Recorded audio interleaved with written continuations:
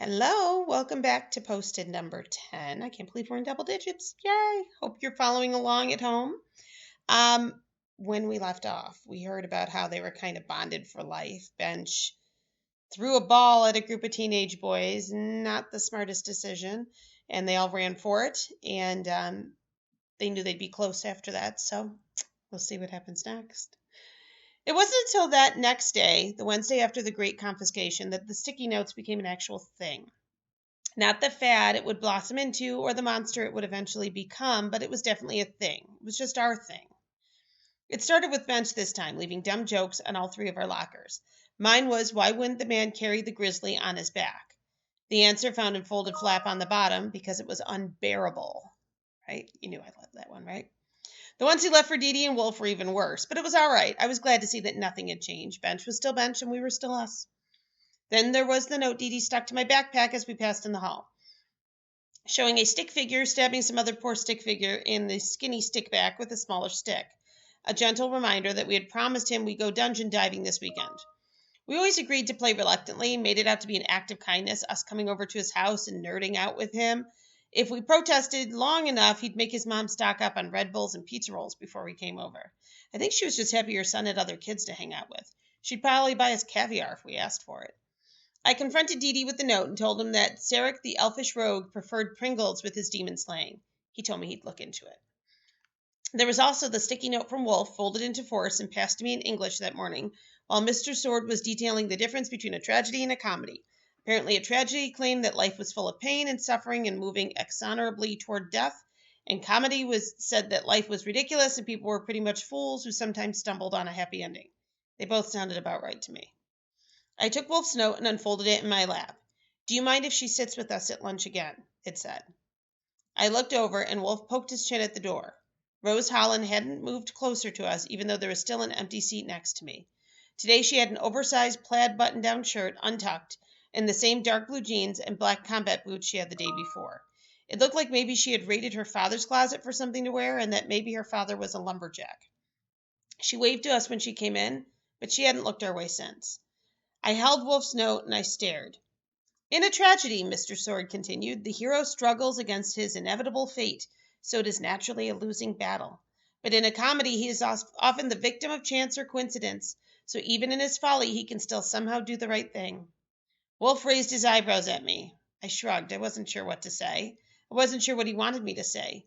Either answer, yes or no. It seemed like it could cause a problem. Wolf didn't seem satisfied with my noncommittal shrug, but before he could write another sticky note to me, Mr. Sword swooped down on us, placing his hands on my desk. So, how about it, Mr. Voss? Do you see yourself as the hero of a tragedy or a comedy? Are you fated to let your pride lead your inevitable destruction, or are you simply a fool being toyed with by forces beyond your control? I didn't like either option, really. I glanced at Wolf and then back at Mr. Sword. I think I'm part of the chorus, I said. Apparently that was a good answer because Mr. Sword laughed and let me off the hook. And a good thing, too, he said, because they're usually the only ones who are left still standing at the end. Mr. Sword went back to lecturing the class. Wolf let his question drop, and I tried not to watch the clock above the door. Wolf's question was answered 3 periods later, when I walked with Bench to the cafeteria. I realized then why Wolf was even asking. He wasn't seeking permission. He was seeing how I felt about it. He had already made up his mind. There they were, Rose and Wolf, sitting next to each other at an otherwise empty table, laughing like a couple of lunatics, like old friends. Beside me, Bench grunted out a, "Really? Again?" I got behind him in line, and we snagged our spaghetti and weaved through the maze of tables. I sat down next to Dee Dee, who had snuck in while we were getting our food, forcing Bench to take the other seat, the only empty one, the one next to Rose, on her right. Her tray had one of those fruit-filled snack pies on it, along with 3 celery stalks and a carton of milk. I wondered how the celery fit in with her stick the roof to the roof of your mouth diet. Maybe she had a secret jar of peanut butter in her pocket to dunk them with. Bench scooted his chair over, deliberately giving himself extra room, putting himself closer to me. Rose didn't seem to notice. Wolf was just telling me about the time the 4 of you nearly blew your own lips off, she said. Bench raised his eyebrows. Dee Dee chuckled at the memory, although it wasn't really funny, even in a looking back at it now kind of way. We didn't almost blow our lips off, I said, although I guess we probably could have. We got singed a little. At least. Last summer, after the soccer ball to the head incident, the four of us tried to make our own dynamite. Not because we had anything in particular to blow up, save for a couple of Wolf's old models that he didn't like anymore, but more because we were bored and we couldn't think of anything dumber to do. It still bothered me a little. Wolf telling Rose these kind of details. Not that our summer shenanigans were top secret or anything. It's just that Wolf didn't make a habit of going around telling stories. He liked to keep things to himself. It was another thing I thought we had in common. A shoebox full of leftover fireworks and your mom's lighter are a dangerous recipe, Wolf said. I think we needed a longer fuse, Dee Dee remarked. I studied Dee Dee's face. He didn't seem that put out that there were 5 of us at the table. But then again, he is not somebody who would have told Rose to get up and leave. He popped open his lunchbox and fished out food like it was any other non-breadstick day. We needed some brains, Wolf corrected. I mean, whose idea was it to split open the back and empty the contents into a toilet paper roll? The idea had been mine, actually, although I didn't want to admit it right now. It hadn't turned out as spectacular as I hoped. I was imagining a proton torpedo blowing up the Death Star. But it was mostly just loud and smoky. Our lips remained firmly attached to our face, but the black smudge could be seen on my driveway. Nothing quite gets out stupidity, not even bleach. It's a small town, I explained, long summers, and the public pool is always too crowded. I think you 4 need more hobbies, Rose said. Bench grunted and dug into his spaghetti. He seemed to be intent on finishing his food in record time. He had not said one word since he sat down. Speaking of hobbies, Rolf said, did you know that Rose is a professional origamist?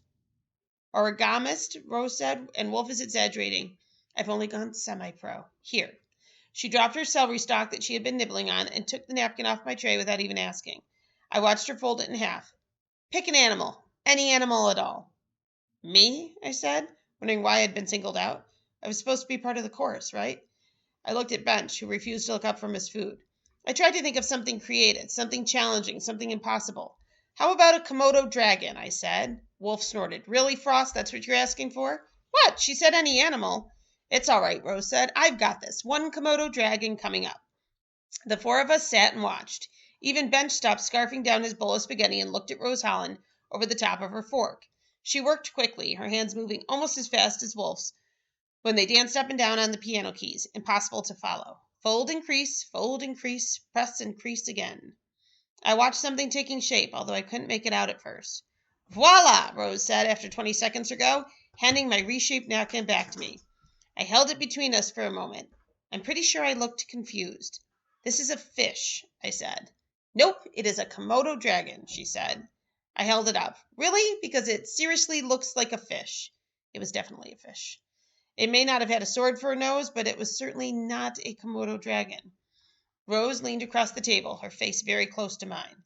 Honestly, Frost, where's your imagination? Her breath smelled like celery and cinnamon gum. Well, I think it's a nice fish, Dee Dee said, snatching my napkin fish out of his hands and arcing it up and down through imaginary currents. He swam it up to Bench and pretended to tickle his cheek. Bench wrapped a fist around it, crumpled it up, and it landed on his tray. You're a fish murderer, Dee Dee scoffed. Bench shrugged. Do one for me, Wolf said, snatching his napkin off Bench's tray this time and handing it over before he could give it back. I'd like an elephant. No problemo, Rose said. 15 seconds later, she handed Wolf a fish. I think you forgot the trunk on my elephant, he said. Then he took a stray strand of spaghetti from my plate and smushed it against the fish's nose where it dangled. Well, that's perfect, Rose said. She turned to Dee Dee. How about it? What would you like? A kangaroo, an armadillo, a three-toed sloth? You name it, and the fantastic, fabulous folding Rose will make it for you. But before he could answer, Josh Penn, a kid with a buzz cut and a habit of scratching his armpits in class, stuck his head between Bench and me and whispered, Evan Smalls is running the gauntlet. When? Bench asked, finding a conversation he wanted to be a part of. Today? Josh nodded and scratched. Yeah, 4 o'clock. Why? I asked, but Josh ignored me. I mean, it was a stupid question anyway.